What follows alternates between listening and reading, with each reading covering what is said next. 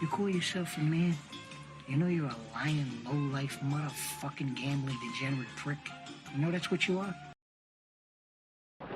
Well, hello, you degenerate fucks, and welcome to The Degenerate Gambler. It is actually Sunday, the 16th of July. Just recording the first episode of season 4 of the show. Had a few weeks off there. I was away on holiday, so only got back yesterday, so that's why I'm recording on a Sunday. But I'll just sort of go through what I've been up to.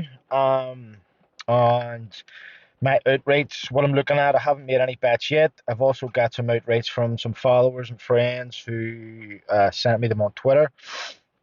But yeah, so look, I have been doing a few bets, June on a bit of July.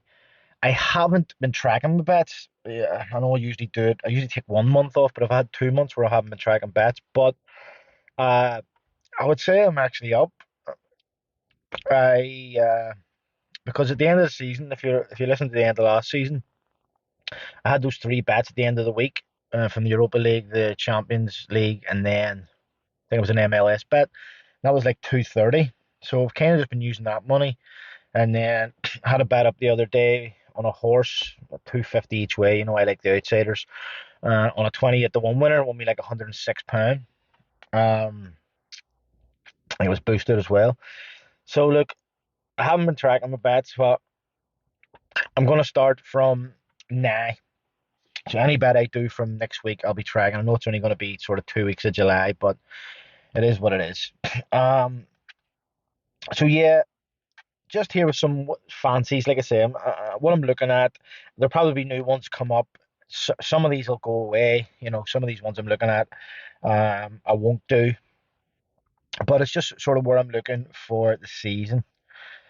So I'll run through these quickly. I'll talk about a bit about each one of them. Then I'll get on to the followers who sent me them and what sort of outright bets I'm going to do. Is obviously, if you're a new follower, new listener, you might not know the type of outright bets that I do and how much I would spend on them. So, look, outright bets in general, they're not for everyone. I have mates that don't like them. I have mates that do like them. I have mates that won't do them on an online bookie because they hate when they go into their betting app that it's always there in their bet section. Um, some people do them and they only do them in the bookie, so there's no cash out option, and so they don't have to see them. But look, I do like outright bets. If you followed me for long enough, you'll know I've posted about the two that I got up. It's probably 5 years ago now, and that's a big reason why I track bets. So I've been tracking bets now. So this is the fourth season of the show. This will be the sixth year that I've been tracking how much money I've won, or maybe it's the fifth. Because what happened was I won two outright bets at the end of the season, and it just got me thinking, like, well, how much money did I actually make this year? Or was it down and that brought me back up? But just, I didn't know. So then I started tracking bets even before the podcast about, profit loss, all that shit. And the two bets I got up were, this is how long ago it was. It was, uh, what was it? It was a Hibs to win the Scottish Championship. So they haven't been in the Scottish Championship for a few years. I think it was Portsmouth League One. Um, maybe Portsmouth League Two, Sheffield United League One, and Newcastle Championship. That's what it was. So when was Newcastle in the Championship? I think Rafa was the manager. That was the thing. That won me 1,200 quid. And then in the same, a couple of weeks later, I had £2.50 on one where I had Real Madrid to win the Champions League, United to win the Europa League. So how long ago was that when United won the Europa League? Um, I can't remember the other selection. Then I had Forest Green to stay up or something. So, look, it's been a way that I've been tracking bets on. It's been a way that I'm doing outright bets. I do enjoy them. I haven't had any up since then. I've had a few that were decent, but no real good payouts and no real, ones that are really close where there's even a cash out. But anyway, I'll get on to what I'm looking at so far. And as I said, this list, it will change. There will be some that I'll add to it. There will be some that I'll take away, probably. So, Wickham to finish in the top half are 10 to 11. Now, Wickham last year finished about 7th or 8th. Actually, maybe they did finish about 9th or something, but again, they lost their manager. So, again, I'll be looking to sort of see what sort of players and stuff because, they had a poor season last year because they lost the manager. Gareth Ainsworth went to QPR. Spurs top six is always a risk. They're 6 to 5. Did I say Wickham? Wickham's 10 to 11 to finish in the top half. Spurs 6 to 5. You know, you're just basically looking at is there six teams that will finish higher on them. So I'll be looking closer at that to see who Saints for who in the Premier League and stuff. Sheffield United to be relegated. I think they're probably, other than Luton, obviously they're the second weakest team that's came up. But you know, Luton are bad price, so there's no point backing it. But Sheffield United are 8 to 13, which is decent amount for a team to go down. All three teams from last year survived, which doesn't normally happen. So that's what I'm looking at. West Ham top half. Now this one is kind of, this one burnt me last year. They were 4 to 7 to finish top half last year, and then obviously with them doing well in Europe, it affected their league form. So that's a concern. That one's probably the first one that will go if I'm making up a bet. Sheffield Wednesday to finish top half. They're even money. Now they've just got promoted, but to win the league or to finish second, but they were flying. So top half is doable. Um, Next one, Salford top half. Now Salford have been in around the playoffs. Sorry, that was even money, did I say, for Sheffield Wednesday? Salford are 8 to 15 to finish top half, which I think is, it's just over 1 to 2. It's not a great price, in terms of, maybe 2 to 1, 3 to 1, whatever. But in my opinion, that's almost like stealing money, because, they've got good investment. Top half finish should be relatively easy for them. Um, Next is the same team twice. So Southampton for promotion they're 5 to 2, which I am leaning towards, and to finish top six, which is not even to get in the playoffs, is even money. Or sorry, not even to get promotion, it's even money. Um, Let me just double check that. Sorry, they're 5 to 2 for promotion, yeah, and even money. Just to finish in the playoffs. I mean that's almost nailed on. With Southampton, I just do think out of the three teams that have went down, they're probably the most likely to come up. The only big player they have is James Ward-Prowse, um, Lavia, maybe a few others that make it stole, but they've got basically a championship team. And I've said that before in last season's episode at the end of last year, when I was reviewing um, the bets. Yeah, so I do think, I mean, Leicester have lost two of their best players. Harvey Barnes potentially going as well. I seen that video, it was on social media the other day, where Johnny Evans could be going to Everton. That's another good player. And Leeds, they're selling Rodrigo, the new manager. So Leeds may go back up, but I just think price wise, Southampton are the best price on the most likely, given their squad. Uh, Peterborough top six, they're 5 to 4. I think Peterborough finishing the playoffs is almost a given. Uh, Stockport top seven in the League Two, 8 to 13. That is. Peterborough top four, or top six, 5 to 4. Good price. Also Mansfield top four, or top four. Why do I keep saying top four? Top seven, which is basically a playoff place, and they're 5 to 4. Mansfield were really good at home last year, but they had a poor away record. So again, all of these are determined on, manager signings, players going out. It's all dependent on what's going on. But as I say, there will be more that I'll pick up on. A lot of leagues are only getting priced up. Like the Portuguese league was only priced up there recently. A few other leagues, and a lot of even the leagues that were priced up, they were only pricing up for promotion and winners and top six or top seven. They weren't priced up for like top half finish, relegation. A lot of the English leagues weren't. The relegation wasn't in it yet. So as I say, I'll be just scarring around. I'll be writing down, excuse me, anything that catches my eye, and then doing a bit of research on it for who's, what players is what. So anyway, that's basically what I've looked at. I'll talk about another thing in a minute, but I want to get through ones that people have sent me, because I always like to hear other people's opinions. Everybody, who gambles has their own way of doing things, their own fancies. This is what the game is. So I got one in from a guy on Twitter called David, at Squeezy something on Twitter. He sent me through one night. His bet looks like, part of it is wrong. So because he gave a wee caveat. What he said was he fancied Madrid for the league. They're even money, Real Madrid to win the La Liga. He said he fancied them for the Champions League, but only if they sign Mbappe, which at the minute doesn't look like it's on. Last week when he sent me this, and Paris Saint-Germain were saying they were going to sell him if he didn't sign a contract. Uh, you know, that may have been more stinking, but they're actually 9-1 to win the Champions League. And for a team that's won the Champions League, what, 5 out of the last 6 or 7 years, 9-1 is a huge price. City are favourites. Retaining the Champions League is harder than retaining the Premier League. So, and City, to be fair to them, have lost, Gundogan, they might lose Silva, they might lose a few players. So, Champions League, I don't know if they're favourites.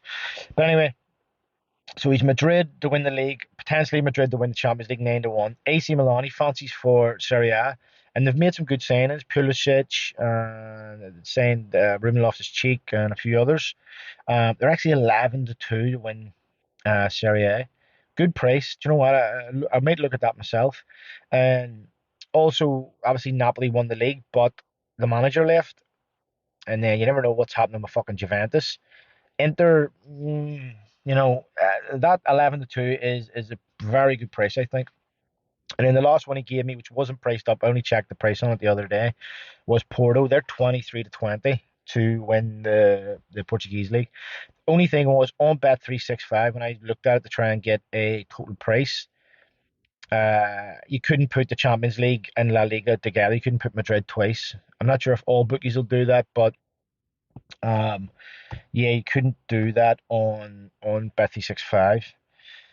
Next one, so some of the guys, friends on Twitter, have sent me ones. So Aga Attacker, also the Aga Assassin, has said that he fancies Chelsea to finish top four. Now they're 5-4, which isn't a huge price, but you know, still decent. Chelsea are historically a top four team in the last so many years. So, if Chelsea had a good season last year, they'd probably be 4-6, 4-7 to finish in the Champions League. So 5-4 probably is a good price, considering where they finished last year. The sort of thoughts behind that were obviously their financial position, the fact that they've made some decent signings, and they're getting rid of a lot of players. They've obviously got Poch as manager. He said, they've got a new manager who's a good manager. No European football, so they can just concentrate on the league. So 5-4, they're actually Newcastle are 6-4, so they're shorter than Newcastle. My thinking with that is probably that Newcastle obviously have the Champions League this year, so European football. Yes, they had a great year last year. Can they handle the 2 games in a week, sort of thing? We'll see what happens there. Also, another friend on Twitter, Football Today. He really fancies Peterborough for promotion at 3-1. Now I've said I fancy them top six, but 3-1, good price for a team who, in my opinion, 5-4 is almost a lock that they finish in those playoffs. Um, so 3-1 that you think will definitely go up. They could finish in the top sort of 2 or 3, whatever it is, to go up, or is it 2 in League One. Yeah, so good price. I say Peterborough for me. That's why I've got them in some of my picks. Are that sort of team who they are too good for League One, but not good enough for the championship. They've went up the championship, survived a year or two, and then came back down, and then almost instantly go back up within a year or two. So that's some ones I got from mates. Just sort of a different perspective, and the stuff I will look into there. I will probably have a good look at AC Milan squad on the teams around them to see, because I like that 11-2. I really do. So thanks for that one, David. Yeah, so getting on to what I am going to do. If you follow me long enough, I usually do one sort of big bet, 20 quid, then one that's maybe a 5 or a tenner, and then I usually do a £10 goal scorer bet. Probably going to keep that similar this year. So one bet of maybe 4 or 5 selections for 20 quid, one of maybe 5 or 6 selections for £5 or £10. See, I might actually double. I might do £10 and bring the stakes down a bit, or bring the amount of selections down a bit, because the more selections you make, no matter what, you're taking a bigger risk. I'll keep the goal score bet.